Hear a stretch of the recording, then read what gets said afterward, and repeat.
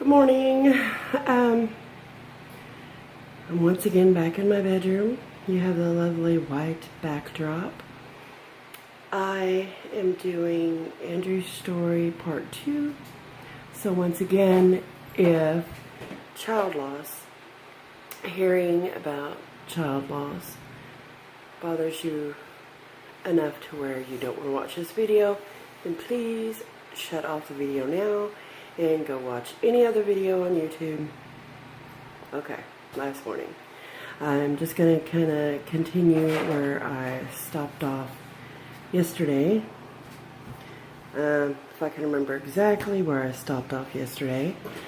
I believe it was after they confirmed that there was no heartbeat via ultrasound. Everyone left the room except for the doctor who was over my case, and he stayed, and they took the ultrasound machine and everything out of the room, and he stayed, and he said the typical, I'm very sorry, but we do not see a heartbeat. And by this time 10 or 15 minutes may have went by since they started the ultrasound and found that there was no heartbeat, although they were very quick acting once they got their butts in gear.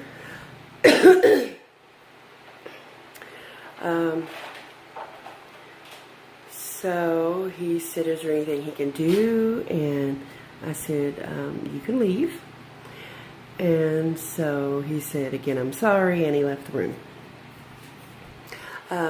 Me and Robert were alone, and I lost it like any normal person would. I was in shock, although 2 weeks previous I started having bad feelings. If you can remember, the doctor saying if it were anyone else, I would do a C-section. And that really kind of stuck in my head. So we lost it, and that was the first and only time that Robert, who is now my ex-husband, estranged husband, we're working on a divorce. Well, he is. I told him if he wanted a divorce, he could pay for it. But that's another story. That's the first time that we actually really cried together. And, of course, at this point, I was at the Y stage and still shocked. We were alone for a little while. And then a nurse came in who ended up being a friend that I've since lost touch with. But she ended up being the nurse that I was closest to. She came in and asked if there was anything I needed, if I wanted to talk to the chaplain, a million different things, and I just wanted to be left alone. So I was left alone. I'm not going to go into every little detail because just about every little detail is there. But to make a very long story short, they have a process where if, being that it was a high-risk OB unit, if the child was lost, I'm assuming in any way, Andrew passed while still inside, not born. And perhaps they did the same thing when children were stillborn or died shortly after. I do not know. But they hang a small baby item on the door, like a baby sock or a little baby hat. And honestly, I can't remember which one was on my door. But I had a person come in. I'm not sure why, because so much went on. Like, I was there 10 days after he passed. So there was a lot of IVs being replaced because I have horrible veins. There was a lot of paperwork. There were food trays being brought in, whatever. But they moved me into a room. It was right off of where the women that gave birth were, right next to it. So I'm assuming maybe perhaps for women who were there for some sort of surgical thing. But the room was a really big room, but it was not a birthing room. Yeah, it was not a birthing room. It was just a really big room, I remember it being. And I was there, and the following morning they were going to try to induce, because being at 34 weeks, Andrew was a big baby. And he was also breech. We later found out. They didn't tell me from the ultrasound, but we later found out from another ultrasound that he was indeed breech, which he should have already turned, but some babies are just slow about doing that. But what happened was we tried 4 inductions, and they can only induce every 2 days because of the stress it causes on the body. And my body never progressed. My body wasn't ready to have a baby. The most I personally dilated with the Pitocin was 2 centimeters, and that was it. I think that was over, I don't know how many hours they could run the Pitocin, but it seems like it was like 2 shifts, but they're usually 12-hour shifts. So I'm not really sure. But each time it failed, I had to go back to my regular room. And I remember it was a day or so before he was actually finally delivered that it was like a student doctor, a resident, I don't know who it was, that came in every morning to check on me with my chart in hand, asked me several questions, and then asked me if I had felt the baby move or move with the normal limits. And at this point, I was at the angry stage. I blamed God. I blamed myself. I blamed the doctors. I definitely blamed my doctor, my OB doctor in Texarkana. And I still deal with being bitter towards him. Thank goodness I've only seen him, I believe, once in the hospital walking down the hallway. Of course, he had no clue who I was, but anyway, she asked me about the movements and all that, and I looked at her and I said, you know, he's dead. He's not moving. And she looked at me like she was about to cry, just because she probably was really embarrassed and mortified that she had not actually opened the chart that she had in her hand and read that he had died days before. The chaplain came more than once until I finally told him please not to come back, trying to offer support, and he made matters worse. And I remember one time he was talking about someone who had lost their baby, and they had held their baby, and they loved on their baby, and yada yada yada. Not to make this sound, that's just me saying yada yada or blah blah. That doesn't mean I don't care about the story. That just means that's just what I do. Anyway, he just kept going on, and finally I got to the point to where I didn't want to hear another word out of his mouth. I didn't want him to pray for me anymore, and I wanted him out of my room and not to come back, and I told him to leave.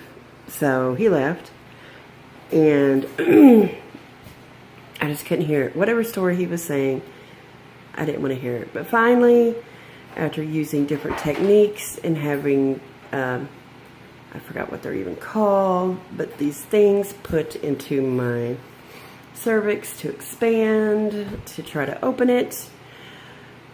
Finally, on the 5th induction, things started to progress. I always, every time, had contractions, but not strong enough to do anything. If you hear some whining, the puppy wants out of the bedroom, and I don't want her out of the bedroom because she has to be monitored at all times. Anyway, finally, the day that Andrew was delivered, the anesthesiologist came because I was having some strong contractions, and I was progressing right along, and she was, said, when you're ready, I'll give you an epidural. I'd seen her several times before because we didn't know how far I would go each time they tried to induce.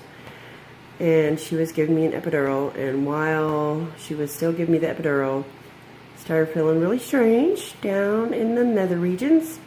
And when she was done and I laid back, I asked her to check, and apparently his head had delivered. How he flipped, we don't know. I still see that as a miracle. I had, the day before I delivered him, I had started getting a fever. My doctor had said it's probably because, not to be graphic, but his body was breaking down every second he was still inside, because there was no blood movement, that his body had ceased living. So infection had started, and they would probably end up having to do a C-section in the end, which is ironic because in the beginning they didn't want to do a C-section. However, Aspen, chill out. However, I asked her if she could look, and his head was delivering on its own. I had the epidural, my body was doing its thing. So they finally came and took me into the delivery room, and they gave me something really strong and said I would be awake, but I wouldn't remember. I was awake most of the time, and I remember. But basically, I delivered Andrew, to make a long story short. And, yeah. So, I remember they put him in it almost looked like a plastic tray type thing. Now, keep in mind, he was a little over 6 pounds at 34 weeks, so he was baby size. It wasn't like he was a small miniature baby, but I remember looking over there, and it's like I was really cold, not physically, but I had been that way since he passed, and the nurse had put a blanket, a receiving blanket over him. I don't know if he was wrapped in one, but it was over him. And she had left the room, and the doctor and an assistant was doing their business downstairs, if you know what I mean. And I just remember looking over there, and I didn't have my glasses on, but I could still tell that that was him. And I wanted to see him really bad. But it was almost looking at something that was there but wasn't mine. I guess it was kind of my mind. Or now I see maybe God preparing me for, you're not taking that baby home. So after I delivered him, they took me to the regular rooms, just like everyone else, that go to recover. Being that this was a huge hospital, they had a different routine. Nowadays, you have a baby, you have the baby, you recover in the same room. Everything's the same room. This was not. So I was in this room, and the lady next to me, they only had curtains separating. And the lady next to me just had a baby, and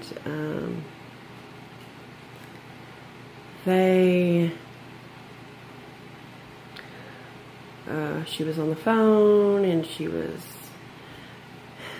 happy, and I was next to her numb and didn't really know what to do. And a nurse came in the room and handed me an envelope that was sealed and said, "These are photos of your baby." And that was pretty much it, and she left. I didn't look at them, but I had them, and I kind of set them on my lap and kind of stared at the envelope, and it had my name on it. And I was just kind of in that room, just kind of by myself. Robert actually wasn't there at the time, being that they had induced and failed so many times previous, and he wasn't delivered until the 10th day after he passed. He passed June 22nd, 2004, and his delivery date, which is what the date is on his headstone, and the date that we release balloons every year, is July 2nd. Ironically, years later, which will be 3 years this July 2nd, it was the same day my youngest brother passed away in a horrific car accident. So, yeah, almost 17 minutes. So Robert wasn't there. He had went back to Texarkana to work a day or two. But Andrew had passed away at 12:15 is the date that they put on his death certificate. Andrew delivered at 12:15. I'm talking about noon, a quarter after. So he died and was delivered at the same time. 10 days later, someone was knocking on the door, and it was the dog scratching. So there's more details to the story. There's a lot of stuff that happened, but I do remember telling the nurse to please contact whoever has Andrew right now, because I didn't know if he was at the morgue. I chose not to see him, which is something that I regret. But at the time, I honestly do not think I could have taken it, especially alone. I don't think mentally I was ready to see my son, and I really regret that now. But I remember asking the nurse, whoever has Andrew, to please keep him wrapped up, because I knew a morgue was cold from watching TV, movies, and I didn't want him getting cold. A lot of things go through your head during grief.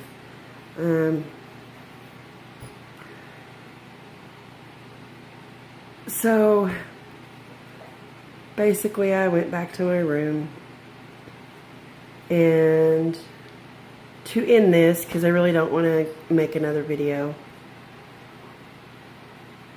These aren't the easiest videos to make. I was discharged the following day, and we came home without a baby. And Andrew was picked up by a funeral home and was brought to a Texarkana funeral home, and we did not have services because I don't have family. Robert doesn't have family here except for a couple of sons. So we had him buried at Chapel Hill Cemetery in Nash, and which is like a mile from the old place. And that's it. That's all I got. That's all I can do. Tomorrow will be 13 years, so I really need prayers for tomorrow.